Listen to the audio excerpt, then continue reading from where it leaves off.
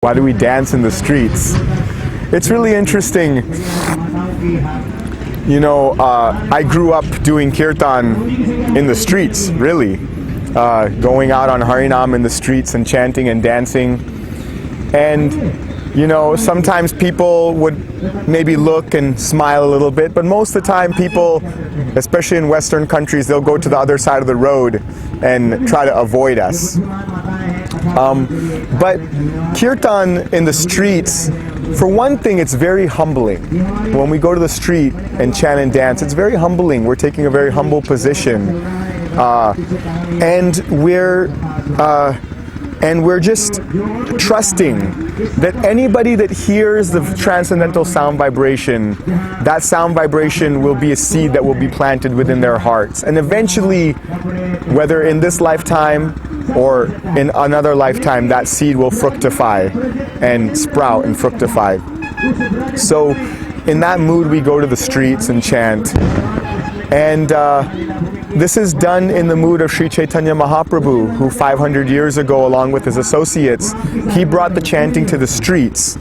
At that time, it was very improper for people to dance and chant in the streets, and actually it was almost punishable by the law, by the government. The authorities would punish someone who danced and chanted in the streets, even punishable by death.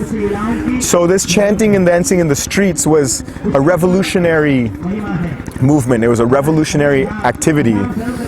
And here we are in the 21st century, and the revolution still has to take place. But it's a revolution of our hearts. A revolution has to take place within our hearts, where we are removing the illusion and the darkness of our hearts through transcendental sound vibration. So bringing that to the streets.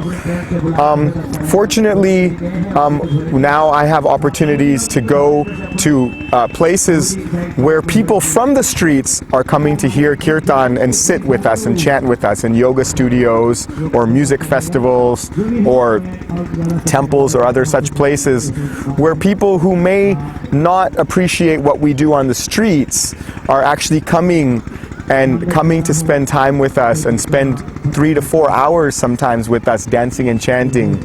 So it's really, really a wonderful experience that I feel very, very grateful that the kirtan movement, especially in the West, has really blossoming. And many, many people are starting to take to this kirtan chanting, and we're doing our small part to try to bring the mood of Chaitanya Mahaprabhu's kirtan into this world.